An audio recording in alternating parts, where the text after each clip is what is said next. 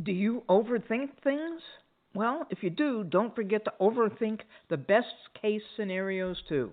You've reached Talking with Dr. Terry, 180 Seconds to a Better You, message number 465, and I'm Dr. Terry Wurzbacher. I'll bet you were shaking your head when I asked if you were an overthinker. Whether you're shaking yes or no, I'm not going to ask. But just for fun, I asked two AI engines to create an image like the thinker, but using the overthinker as its object. It was intriguing, and the one I liked the best was so typical. It was the same muscular man, but instead of his head supported on his fist, he was bent over, holding his head between both hands, kind of like he had a headache, with a worried look on his face. But let's get back to you. If you're an overthinker, how much of the time do you spend overthinking the best case scenario? We're all pretty much experts on the worst case scenarios, but I bet only a few even think about the best case scenario when things aren't going really great. Sure, you could be a curmudgeon and say that that's the same as goal setting and planning or visualization, and maybe it is.